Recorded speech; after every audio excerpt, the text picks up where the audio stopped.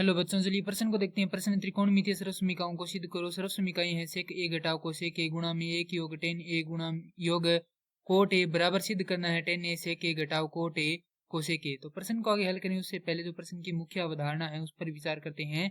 तो इस प्रश्न की जो मुख्य अवधारणा है वह हो जाएगी त्रिकोणमिति। अर्थात हम यहाँ पर यह देखेंगे कि त्रिकोणमिति क्या होती है। तो त्रिकोणमिति तो किसी त्रिभुज के कोणों तथा भुजाओं में संबंध का अध्ययन त्रिकोणमिति कहलाता है। अब यहाँ पर दिया गया है, हमारे पास दो भाग है, एक है बायां भाग, एक है दायां भाग। तो हमें इनमें से एक भाग को लेकर दूसरे भाग के बराबर सिद्ध करना है। तो हम क्या करेंगे, यहाँ पर बायां भाग हल करेंगे। तो बायां भाग है हमारे पास सेक ए घटाव कोसेक ए गुणा में एक योग टेन ए योग कोट ए। तो यहाँ पर हम कुछ सर्वसमीकाओं का प्रयोग करेंगे। तो सर्वप्रथम हम यहाँ पर सेक ए को लिख सकते हैं एक बटा कोस ए, और कोसेक ए को हम लिख सकते हैं एक बटा साइन ए, और टेन ए को हम लिख सकते हैं साइन ए बटा कोस ए, तथा कोट ए को हम लिख सकते हैं कोस ए बटा साइन ए। अब यहां से ये मान हम रखेंगे तो हमारे पास आएगा सेक की जगह आएगा एक बट्टा कोस ए घटाव कोसेक ए की जगह आएगा एक बट्टा साइन ए गुणा में एक योग साइन ए बट्टा कोस ए योग कोस ए बट्टा में साइन ए। लघुत्तम लेंगे तो हमारे पास लघुत्तम आएगा दोनों ही तरफ कोस ए साइन ए। तो यहाँ पर लिखेंगे कोस ए साइन ए, और यहाँ पर ऊपर हो जाएगा साइन ए घटाव कोस ए गुणा में कोस ए साइन ए योग साइन का वर्ग ए योग कोस का वर्ग ए भाग में कोस ए साइन ए।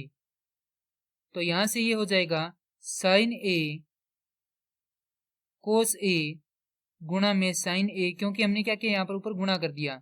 उसके बाद ये जो मान है ये मिलकर क्या बनाता है, एक बनाता है, क्योंकि हम जानते हैं कि साइन का वर्ग ए योग कोस का वर्ग ए बराबर होता है एक। ये क्या है, एक सर्वसमीका है।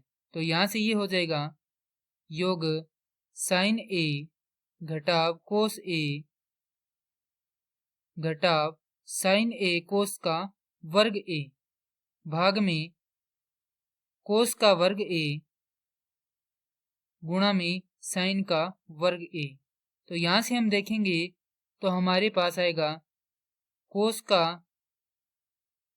माफ कीजिए कोस ए और साइन का वर्ग ए योग साइन ए घटाव साइन ए कोस का वर्ग ए घटाव कोस ए।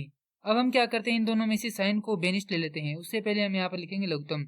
तो लघुत्तम हमारे पास कोस का वर्ग ए और साइन का वर्ग ए।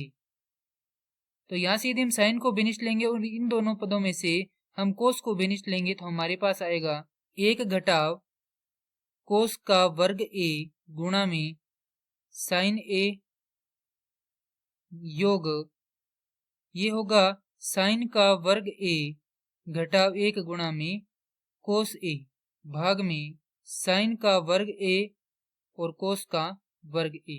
अब जैसा कि हम जानते हैं कि एक घटाव कोस का वर्ग ए बराबर होता है साइन का वर्ग ए, और एक घटाव साइन का वर्ग ए बराबर होता है कोस का वर्ग ए। तो यहां से हम क्या करें, यदि इस पद में से जो ऋणात्मक चिन्ह है उसको बेनिस्ट ले लें तो हमारे पास यहाँ पर प्राप्त होगा, ये हो जाएगा एक घटाव कोस का वर्ग ए साइन का वर्ग ए, और गुणा में इसके क्या है साइन ए है, तो यहाँ पर घात कितनी हो जाएगी, 3 हो जाएगी घटाव, क्योंकि यहाँ से ऋणात्मक चिन्ह को बेनिस्ट लिया है। तो ये हो जाएगा एक घटाव साइन का वर्ग ए, तो एक घटाव साइन का वर्ग ए होता है कोस का वर्ग ए, तो कोस का वर्ग ए, और यहाँ पर साथ में कोस है तो इसकी घात भी कितनी हो जाएगी, 3 हो जाएगी भाग में ये हो जाएगा साइन का वर्ग ए और कोस का वर्ग ए। अब यहाँ पर इसको इस प्रकार भी लिख सकते हैं साइन की घात 3 ए भाग में साइन का वर्ग ए भाग में कोस का वर्ग ए घटाव, इसे लिख सकते हैं कोस की घात 3a भाग में साइन का वर्ग ए कोस का वर्ग ए।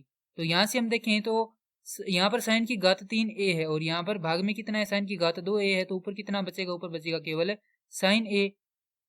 भाग में कोस का वर्ग है तो इसे हम इस प्रकार भी लिख सकते हैं कोस ए गुणा कोस ए घटाव, इसी प्रकार यहाँ पर बचेगा कोस ए और भाग में जो साइन का वर्ग है उसे लिख सकते हैं साइन ए और कोस ए। माफ कीजिए, यहाँ पर भी क्या आएगा, साइन ए ही आएगा क्योंकि यहाँ पर साइन का वर्ग है। अब यहाँ पर हम जानते हैं कि 1 कोस ए होता है सेक ए और साइन ए बट्टा कोस ए होता है टेन ए घटाव कोस ए बट्टा साइन ए होता है कोट ए और 1/sin ए होता है कोसेक ए। अब यहाँ पर हम देखते हैं कि हमें क्या सिद्ध करना था, तो हमें यहाँ पर सिद्ध करना था तो 10a सेक ए, तो यहाँ पर प्रथम भाग है उसमें यहाँ पर हमारे पास है 10a सेक ए और द्वितीय भाग में हमारे पास है यहाँ पर कोट ए कोसेक ए, तो कोट ए गुणा में कोसेक ए, और ये क्या करना था, हमें सिद्ध करना था, तो इति सिद्धम। मैं आशा करता हूं कि यह प्रश्न आपको समझ में आया होगा। धन्यवाद।